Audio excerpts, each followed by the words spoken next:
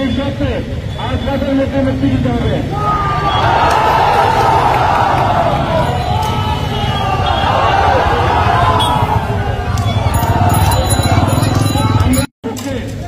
আমরা কখনো বিশৃঙ্খলা চাইনি। এই স্বাধীন রাষ্ট্রে যখন ভোটের স্বাধীন হয়েছিল আমরা সকলেই মিলে আমাদের পূর্বজ সবাই দুঃখের বিষয়। স্বাধীনতা ৫৩ বছর পর যখন আমরা দেশে আমাদের অধিকারের কথা বলতে যাই তখন আমরা ভারতের দালাল সনাতনী লোক আছে তাদেরকে কেউ বলে এটা আওয়ামী লীগ যোগ দিয়েছে। আরে আবার আওয়ামী লীগ যদি হয় সে তো আগে সনাতনী। আমরা চাই না এই বান্দরবানে কোন ধরনের বিশৃঙ্খলা হোক এবং বাংলাদেশে বিশৃঙ্খলা হোক। এই দেশ আমাদের সবার, এই দেশের শান্তি সুরক্ষা বজায় রাখার দায়িত্ব আমাদের। তাই আমরা চাই এই